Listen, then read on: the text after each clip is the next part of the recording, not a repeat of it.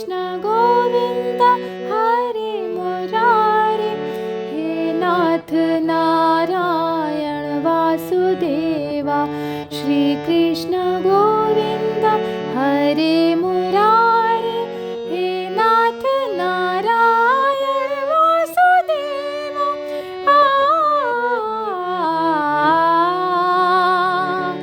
श्री गीता जी का पंचदश अध्याय। श्री कृष्ण भगवान अर्जुन से बोले, हे अर्जुन, यह संसार वृक्ष रूप है। इस वृक्ष का मूल आदि जो जड़ है वह ऊपर की तरफ है और शाखाएं नीचे की तरफ हैं। यह वृक्ष उल्टा है। जब मनुष्य माता के गर्भ में होता है तब सिर तले नीचे की ओर होता है। यह सिर इस मनुष्य रूपी वृक्ष की जड़ है। हाथ और पैर इसकी शाखाएं हैं। जब गर्भ से बाहर निकलता है तब उल्टा ही चलता है, इसलिए इसे उल्टा वृक्ष कहा गया है। हे अर्जुन, इसको विनाश हुआ भी कहते हैं और अविनाशी भी कहते हैं। इसका भेद सुन। आत्मा अविनाशी है और देह विनाशी है। और वेद इस वृक्ष के पत्ते हैं। जिसने इस वृक्ष को पहचान लिया है वही वेदों का पूर्ण ज्ञाता पंडित है। यह वृक्ष के ऊपर ब्रह्म के लोक और नीचे नाग के लोक तक पधार रहा है तथा सत्य, रज और तम, यह तीनों गुण इस वृक्ष की डाल हैं। देखना, सुनना, सूंघना, खाना, पहनना, यह सब इस वृक्ष के गुच्छे हैं। अब यह सुन कि इस वृक्ष की भूमि कौन सी है, किस भूमि पर लगा है यह वृक्ष। हे अर्जुन, मैं और मेरी ही चैतन्यता से यह वृक्ष इस पृथ्वी पर लगा है। यह मैं हूँ, यह मेरी है, यह मेरी जाति है, यह मेरा नाम है। इस पर लगा है यह वृक्ष। पवन से गिरने के भय से इसमें कौन जेबड़े बंधे हैं? पवन झखंड कौन है यह सुन। जेबड़े तो ऋण संबंधी कुटुंब के लोग हैं, सो इनसे वृक्ष बंधा हुआ है। दूसरे इस वृक्ष को नहीं जानते क्योंकि इसका आदि अंत नहीं पाया जाता। मैं मेरा की चैतन्यता पर दृढ़ लगा है। झखंड है यह। यहाँ मेरे संत मेरी महिमा को गाते सुनते पढ़ते हैं। गीता, भागवत इत्यादि इस झखंड करके संसार वृक्ष देह के जीव का कुछ नहीं रहता। हे अर्जुन, इस माया रूपी वृक्ष पर यह जीव फंसा हुआ है। इस वृक्ष के काटने का उपाय सुन। पहले तो कुटुंब के लोगों का संग त्यागे, यह असंग एक शास्त्र हुआ। परम पुरुष पर दृढ़ निश्चय करना, यह हुआ असंगत रूपी खड्ग। पुरुषार्थ रूपी हाथों में पकड़कर जब असंग हुए, जिसके पीछे उस परम पुरुष के मार्ग पर सावधान होकर चले, जिसको पाकर फिर संसार के जन्म मरण को ना पावे, सावधान होकर दोनों हाथ जोड़े और सिर नवाकर विनय भाव से कहे, हे आदि पुरुष विश्वंभर जगदीश, मैं तेरी शरण में हूँ। हे अर्जुन, अब आदि पुरुष का अर्थ और प्रताप सुन। कई कोट वैकुंठ के ऊपर तिनका स्थान है और निराधार आसन है जो अपने आधार पर विराजमान है। उस आदि पुरुष के स्थान से कई कोट ब्रह्मांड और 84 लाख जीव योनि और दूसरे तरह तरह के प्राणी हमेशा निकलते रहते हैं। इस पर भी वह पूर्ण का पूर्ण और सदा अटल है। यह आदि पुरुष का प्रताप है। वही विश्व का कर्ता धर्ता और वही सारे जगत का ईश्वर है। जो कुटुंब आदि को त्याग कर ऐसे आदि पुरुष की शरण में आवे और अपना मान दूर करके कहे कि मैं किसी जैसा नहीं, निष्कपट एकांतवासी निर्बंधन निर्मोही एक पार ब्रह्म की सेवा करे।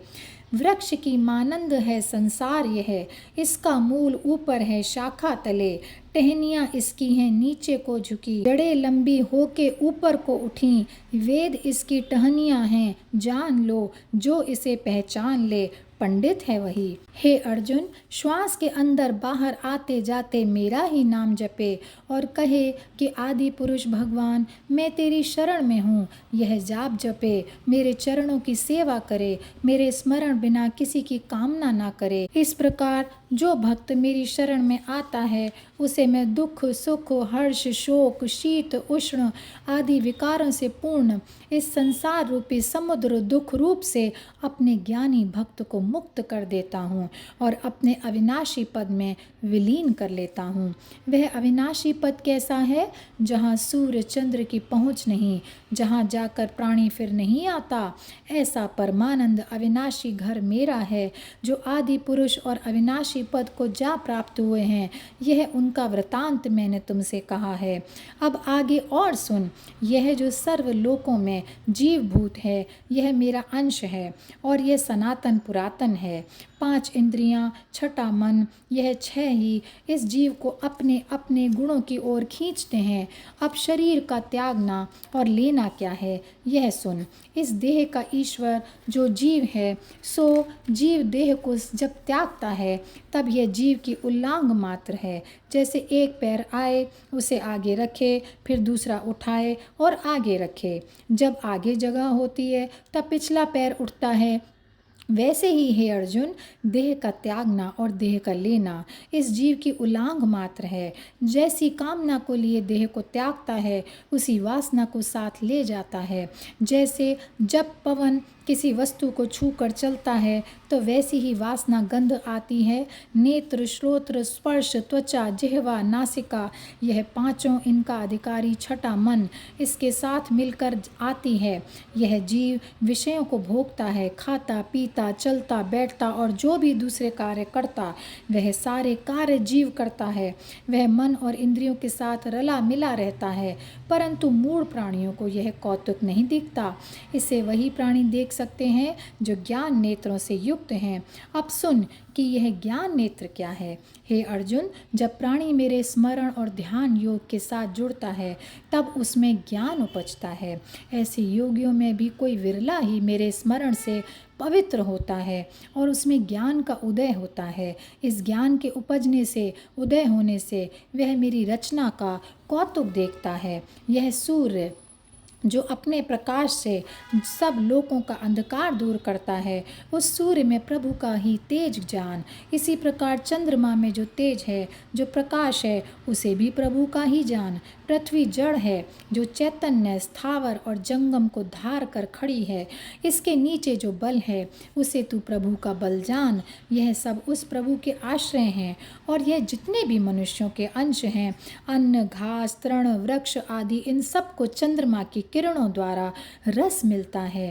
वह रस मैं ही उनमें मिलाता हूँ और मैं ही सब भूत प्राणियों के हृदय में अग्नि बनकर समाया रहता हूँ। ऊपर की प्राण वायु और नीचे की अपान वायु, उधर की अग्नि और प्राण वायु के साथ प्राणी जो 4 प्रकार के भोजन करते हैं, उस अन्न को मैं ही पचाता हूँ। जो अग्नि पर रांधा पकाया जाए या भूना जाए उसे भक्ष्य कहते हैं, और जो कच्चा अन्न है, चावल, चने, मोठ इत्यादि, यह अन्न भोज्य कहता है। ककड़ी, खरबूजा, तरबूज, गन्ना, आम इत्यादि लेहज कहलाते हैं। दूध, दही, छाछ, शरबत, पानी, यह सब पेहज हैं। यह 4 प्रकार के अन्न हैं। सबके हृदय में मैं ही विराजता हूँ। सबके हृदय में बैठकर ज्ञान देकर मनुष्य को भले कर्म मैं ही कराता हूँ और मैं ही अज्ञान देकर अपकर्म पाप भी कराता हूँ। सब वेदों में पहचानने योग्य मैं ही हूँ। वेदों को जानने वाला भी मैं ही हूँ। वेदों का अंत करने वाला भी मैं ही हूँ। अंत वेदों की मति है, सो अपनी मति से स्तुति करते हैं। सब महिमा करते हैं, वेद की मति रह जाती है, तब वेद नेति नेति करते हैं। जो तुम्हारी महिमा को जानने में असमर्थ हूँ, इस कारण से वेदों का अंत करने वाला मैं हूँ। हे अर्जुन, अब और सुन। यह जो देहधारियों का पसारा है, यह सारा पसारा 2 पुरुषों का है। एक पुरुष का विनाश हो जाता है और दूसरा अविनाशी रह जाता है। इन दोनों का वृत्तांत सुन। यह जो बहुत से तत्वों का शरीर पुरुष है, यह विनश जाता है, अर्थात इसका नाश हो जाता है। दूसरा जीव पुरुष है और वह अविनाशी है। यह इन दोनों का विस्तार है। फिर इन दोनों से तीसरा पुरुष उत्तम है, जिसे परमात्मा कहते हैं। अब इसका महात्म्य प्रताप सुन। जिस आत्मा के नेत्र उघड़ने से अर्थात आंखें खोलने से ब्रह्मा से लेकर चींटी तक सब भूत प्राणियों का पालन होता है, यह सब उसी के स्तंभ धारे हुए हैं।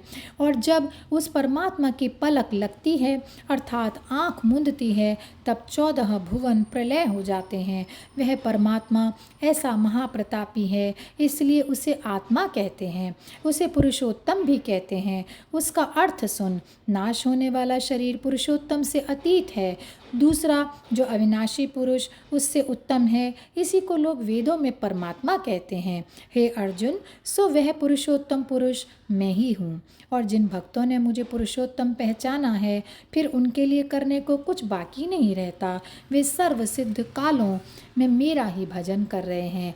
हे निष्पाप अर्जुन, इस प्रकार शास्त्र वेद सब मुझको ही पहचाने, समझे और मेरे चरणों में दृढ़ निश्चय करे, तो वह निश्चय ही कृतार्थ होगा और मेरे परम पद को प्राप्त होगा। और यहीं पर यह अध्याय समाप्त होता है। जय श्री कृष्णा, जय श्री कृष्णा, जय श्री कृष्णा।